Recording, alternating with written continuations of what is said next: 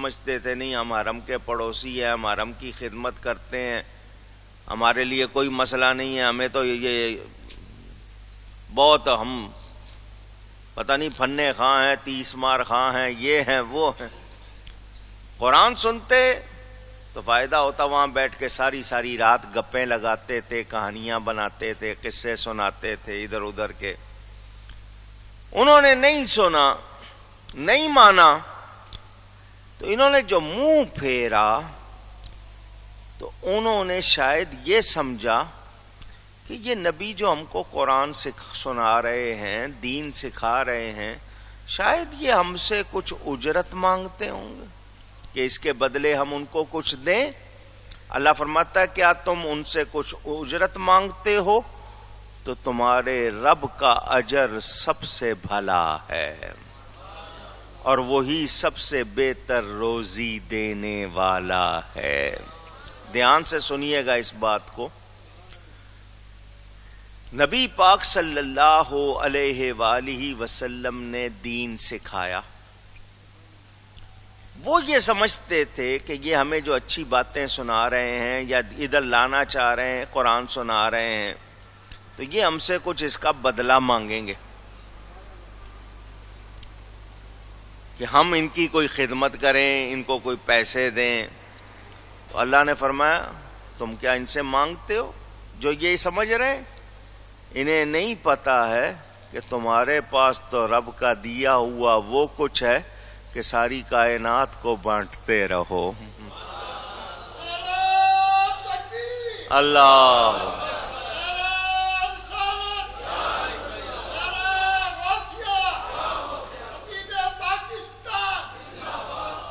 میں نے آپ کو بات سنائی تھی، ہو سکتا ہے آپ کو یاد ہو، نہیں یاد ہے تو میں پھر سناتا ہوں۔ جنہوں نے سنی ہوئی ہے ذہنوں میں تازہ کر لو، جنہوں نے نہیں سنی وہ سن لو۔ علاقے کا کوئی نواب سمجھ لو، اس علاقے کا راجہ سمجھ لو، یا اس علاقے کا بادشاہ سمجھ لو۔ ایک بیٹی تھی، بڑا امیر کبیر آدمی تھا۔ اس نے قسم اٹھا لی، کہہ دیا منہ سے میری بیٹی کی شادی ہوگی تو جو کچھ جہان میں ہے میں سب کچھ اپنی بیٹی کو جہیز میں دوں گا۔ جو کچھ جہان میں ہے، جو کچھ، ایک بار پھر کہیے گا، جہان کتنا ہے پتہ ہے؟ کیا کیا ہے جہان میں پتہ ہے؟ پوچھ رہا ہوں، منہ سے نکل گیا۔ سننے والوں نے کہا تو نے قسم اٹھا لی ہے، کہہ بیٹھا ہے، تجھے پتہ بھی ہے جہان کتنا ہے اور جہان میں کیا کیا کچھ ہے، کیسے دے گا؟ وہ بھی سوچ میں پڑ گیا، کیا کروں؟ جب مشکل آتی ہے تو پھر وہی مولوی پیر یاد آتے ہیں جن کو برا کہتے ہو۔ آ گیا، عالم دین کے پاس آیا۔ وہ اس زمانے میں عالم دین تھے، سچے تھے، بناوٹی نہیں تھے، درباری سرکاری نہیں تھے۔ کیا ہو گیا؟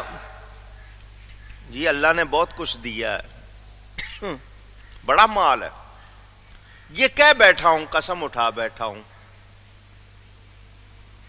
ایسا تو نہ ہو کہ ہانے سو جاؤں میں، میری قسم جو ہے پوری نہ ہو تو مجھ پر اس کا وبال آئے۔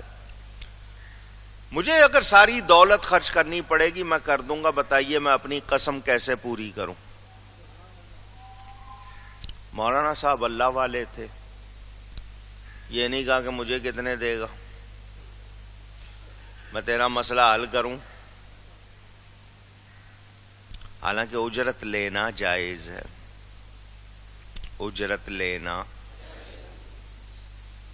مسجد میں بیٹھا ہوں، جمعے کا دن ہے، قرآن سامنے ہے، مسئلہ بتا رہا ہوں، اجرت لینا، کاروبار بنانا جائز نہیں ہے۔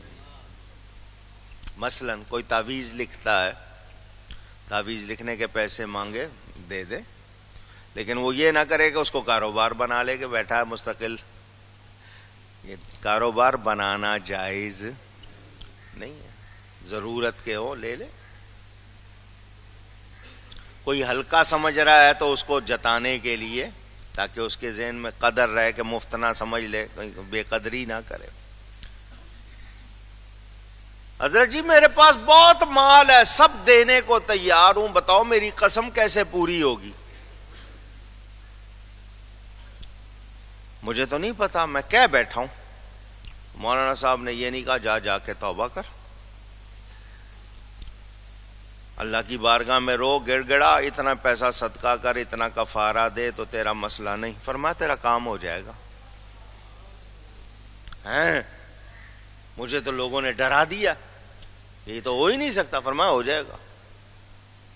اس نے کہا بہت اچھی بات ہے، بڑا خوش ہو گیا کہ میں نے جو بات کی ہے وہ پوری ہو جائے گی۔ حضرت جی کتنا خرچہ آئے گا؟ فرمایا کچھ بھی نہیں آئے گا، خرچہ بھی کچھ نہیں ہوگا۔ میری بات بھی پوری ہو جائے گی، خرچہ بھی نہیں ہوگا؟ فرمایا ایسا ہی ہوگا۔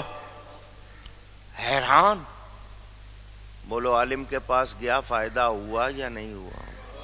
ساری دولت لگانے کو جتنی اس کے پاس اس زمانے میں تھی وہ تیار تھا، سب کچھ لے لو، پائی پائی لے لو، میری قسم پوری ہو جائے۔ ان کا ایک دھیلا خرچ نہیں ہوگا۔ کیا؟ کیسے؟ فرمایا اپنی بیٹی کو جہیز میں قرآن دے دے نا۔ اللہ،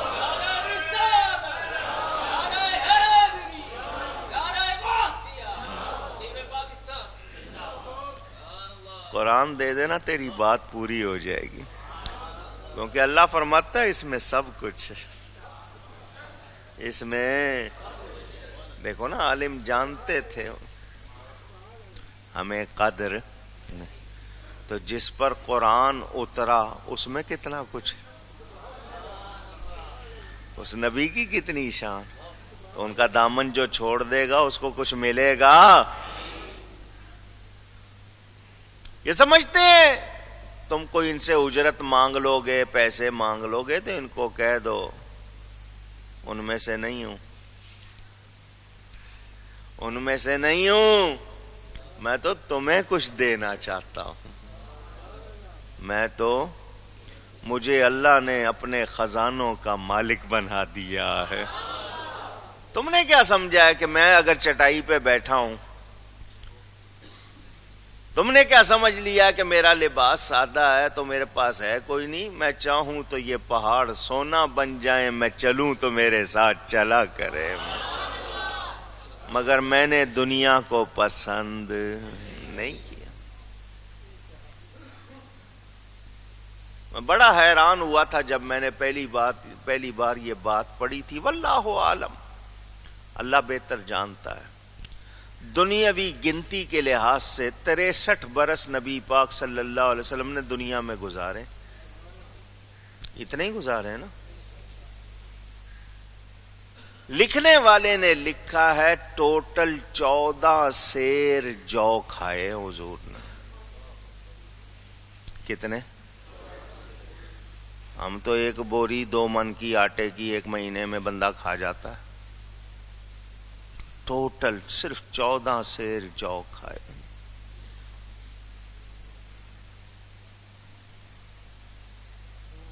رمضان میں آپ مجھ سے سنتے رہتے ہیں، کھانا جو کھانا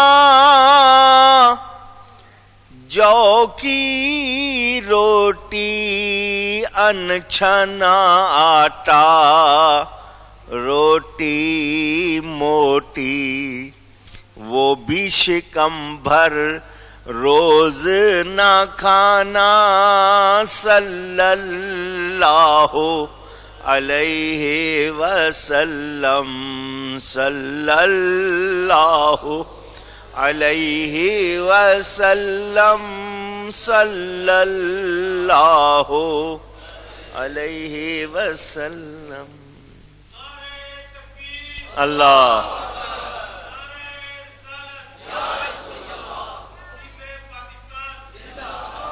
قبضے میں جس کے ساری خدائی، اس کا بچھونا ایک چٹائی، نظروں میں کتنی ہیچ ہے دنیا صلی اللہ علیہ وسلم، صلی اللہ علیہ وسلم، صلی اللہ۔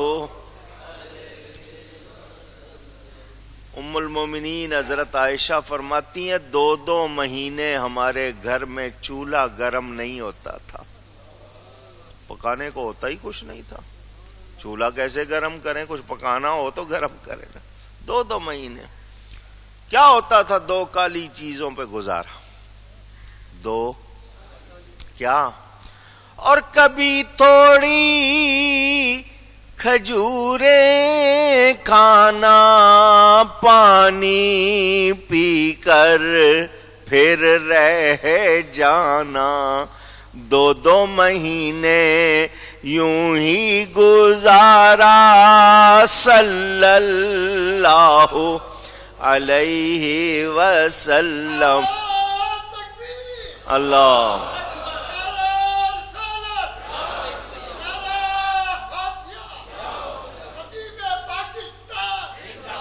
یہ نہ سمجھنا کہ ملتا نہیں تھا، شان کیا تھی، تخت بھی ان کا، تاج بھی ان کا، دونوں جہاں میں راج بھی ان کا، جنوں ملک ہیں ان کے سپاہی، صلی اللہ علیہ وسلم، صلی اللہ علیہ وسلم، صلی اللہ۔ کافروں نے یہ سمجھا ہم سے کچھ مانگ نہ لیں، کوئی زمین نہ مانگ لیں، کوئی غلہ نہ مانگ لیں، کوئی سونا چاندی نہ مانگ لیں۔ اللہ نے فرمایا محبوب ان سے کہہ دو رب کا اجر سب سے بھلا ہے، رب کا اجر سب سے بھلا۔ مسئلہ آیا ہے تو میں نے چونکہ کیا ہے آپ کو سمجھا دوں۔ امام صاحب نماز پڑھاتے ہیں، قاری صاحب قرآن پڑھاتے ہیں، مولانا صاحب دین سکھاتے ہیں، پیر صاحب تعویذ لکھ دیتے ہیں۔ مسئلہ آ گیا کہ جی کیا کریں،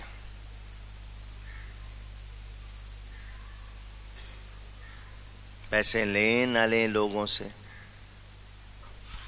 لوگ یہ کہتے ہیں جی دین کے لیے کیا پیسہ جی، تو کیا وہ جو بندہ ہے وہ انسان نہیں ہے،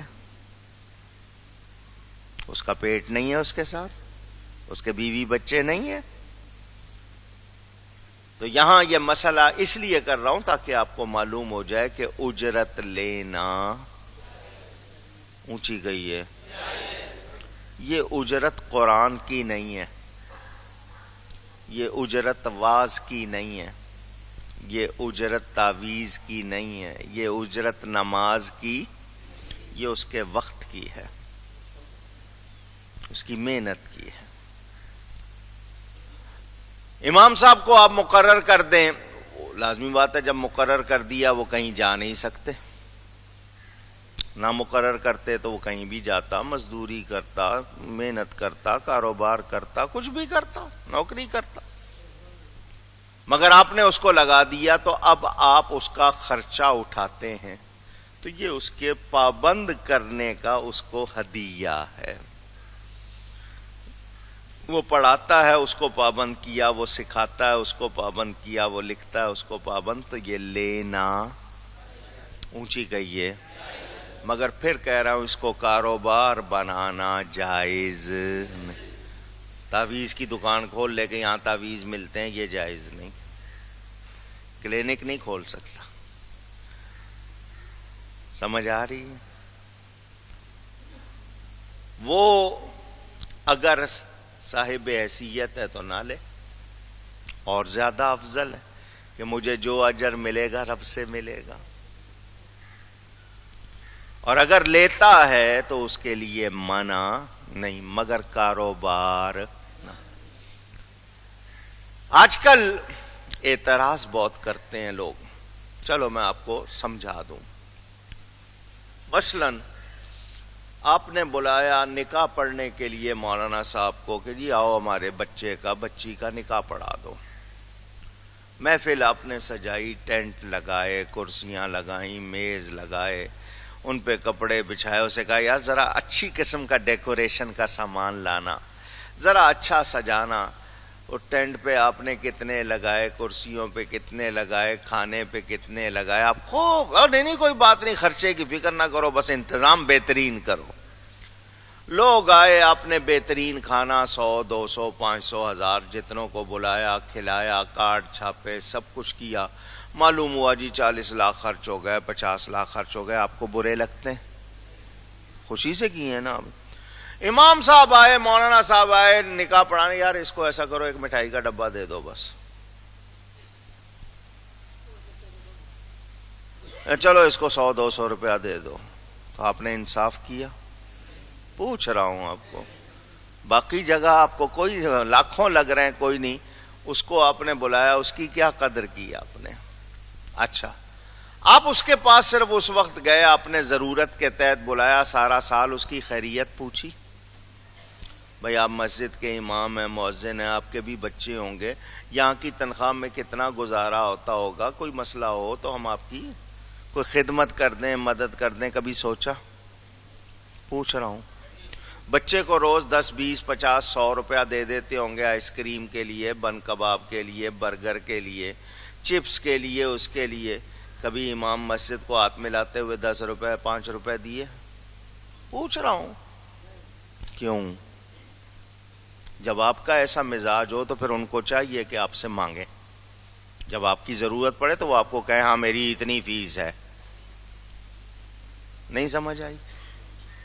بیماری خوشی اس کے ساتھ بھی لگی ہوئی ہے، مگر آپ پرواہ نہیں کرتے، پوچھتے تک نہیں ہیں. تو یہ مزاج جب بن جائے تو پھر لوگوں کی اصلاح کے لیے اور زیادہ ضروری ہو جاتا. قوالوں پہ دوسروں پہ آپ لٹاتے ہیں، لیکن یہ کہ جن کو آپ کو خدمت کرنی چاہیے ان کی آپ خدمت ہی نہیں کرتے. یہ مزاج بن گیا. لوگ کہتے ہیں نہیں جی دین کے لیے کیا پیسے، ان کو کیا ضرورت ہے پیسوں کی، کیوں اس کے ساتھ پیٹ نہیں لگا، وہ کھانا نہیں کھاتا، اور چلو اس کو کھانا کھلا دیتے ہیں بس. باقی جتنوں کو بلایا ان کو ٹپ بھی دے رہے ہیں، ان کو بخشش بھی دے رہے ہیں، ان کو انعام بھی دے رہے ہیں. مولوی صاحب کو کھانا کھلا دو بس. تو جب آپ بے قدری کرو تو پھر اس کو چاہیے اپنی قدر کرانے کے لیے لمبی فیس لے، تاکہ آپ کو احساس ہو. سمجھ آ رہی ہے بات؟ لیکن کاروبار نہ بنا. بڑا پیارا اس کے لیے نصیحت صوفیاء کی 3 لفظ اللہ والوں نے نچوڑ نکال کے دے دیا. کہتے ہیں نا مکھن نکال کے دے دیا، اب لسی ہے جس پہ سارے لڑ رہے ہیں. 3 لفظ: تما، منا، جمع. تینوں لفظ یاد کر لو: تما، منا اور جمع. کسی کے مال کی تما یعنی لالچ نہ کرے. کسی کے مال کی وہ دے تو منع نہ کرے، اور ضرورت سے زیادہ جمع نہ کرے. 3 لفظ ہیں، ساری کہانی آ گئی بھی. یہاں کیا ہوتا ہے، کوئی جیب میں ہاتھ ڈالے تو پیر صاحب مولوی صاحب سمجھے نوٹ نکال رہا ہے مجھے دینے کے لیے، تو تما ہو گئی. اوپر سے کہہ رہا ہے نہیں رہنے دے، اندر سے سوچ رہا ہے یار کہیں واپس ہی نہ لے لے. مزاج ہے نا ایسے، اللہ ماشاء. باتیں کچھ اور ہوتی ہیں، عمل کیوں؟ یہ آپ کا ماحول بن گیا. اس ماحول نے اور زیادہ خرابیاں پیدا کر دی. اب آپ کو جب تک احساس نہ دلایا جائے آپ خود کرتے. وہ جاتے ہو ان کے پاس نکاح، وہ پہلے ہی بتا دیتے ہیں نہیں میری فیس اتنی. آپ کہتے ہو ہاں اتنی، جو آپ سوچتے ہو کسی اور کے پاس جاؤں سستا مل جائے.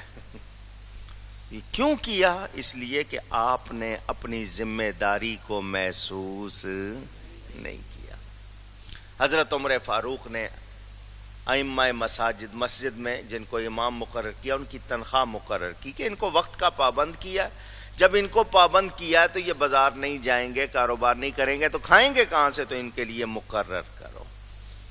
تو اجرت لینا اونچی گئی ہے، مگر کاروبار بنانا جائز نہیں۔ طمع کرنا ہے، یہ جو رسمن بھی کہتے ہیں نا نہیں رہنے دو، یہ بھی نہیں کہنا چاہیے۔ جب اللہ دلوا رہا ہے تو لے لو، منع نہ کرو۔ اور اگر تمہیں لگتا ہے تمہاری ضرورت سے زیادہ ہے تو جمع خرچ کرو۔ کسی جانور نے اگلے دن کے لیے کوئی ٹکڑا ہڈی بچا کے کبھی رکھی ہے؟ اس کا اللہ پہ بھروسہ ہے کہ اگلا دن میری زندگی میں ہے تو میرا رب مجھے کھلائے گا۔ ہمارا حال تو یہ بھی نہیں ہے۔ جمع کرنا منع نہیں ہے، لیکن ضرورت سے زیادہ جمع کر کے سانپ بن جاؤ، نہ خود خرچ کرو نہ بچوں پہ کرو، اس کا کوئی فائدہ۔ وہ بچے انتظار کرتے ہیں کب یہ مرے تو ہمیں ملے، پھر وہ صورت بھی نہیں ہے۔ یہ شریعت نے زکوٰۃ کیوں رکھی؟ اگر آپ کے پاس مال جمع رہتا، آپ خرچ نہ کرتے، غریب لوگ آپ کے دشمن ہو جاتے۔ غریب لوگ آپ دیتے ہیں تو وہ آپ سے محبت کرتے، آپ ان کو دیتے ہیں وہ آپ سے جان تک وار دیں گے وہ آپ کے لیے۔ تو اللہ تعالی نے جو قانون بنایا ہے اس میں بہتری ہی بہتری ہے۔ قرآن پڑھو نا، حدیث پڑھو نا، آؤ ادھر تو سب معلومات ہو جائیں گی۔ تو اللہ فرماتا ہے، یہ شاید سمجھ رہے ہیں کہ آپ کو خرچہ مانگیں گے، تو خرچے والی بات نہیں۔ واللہ وہو خیر الرازقین، اور سب سے بہتر روزی اللہ دینے والا ہے، وہ سب سے بہتر روزی دینے والا۔ تم کیا دے دو گے؟ ہے کیا تمہارے پاس دینے کے لیے؟ اور تمہارے پاس اپنا کیا ہے؟ اپنا کیا ہے؟ جو ہے رب کا دیا ہوا ہے۔ تو یہ میں نے مسئلہ آیا تھا اس لیے آپ کو یہ سمجھا دیا۔ اب یہ جو خیر الرازقین فرمایا ہے، تو رازق کی یہ ہو گئی جمع۔ تو اس کا یہ مطلب نہیں کہ رزاق بہت ہے، کوئی یہ نہ سمجھ لے۔ عربی میں یہ محاورہ ہے، وہ مطلق کمال بیان کرنے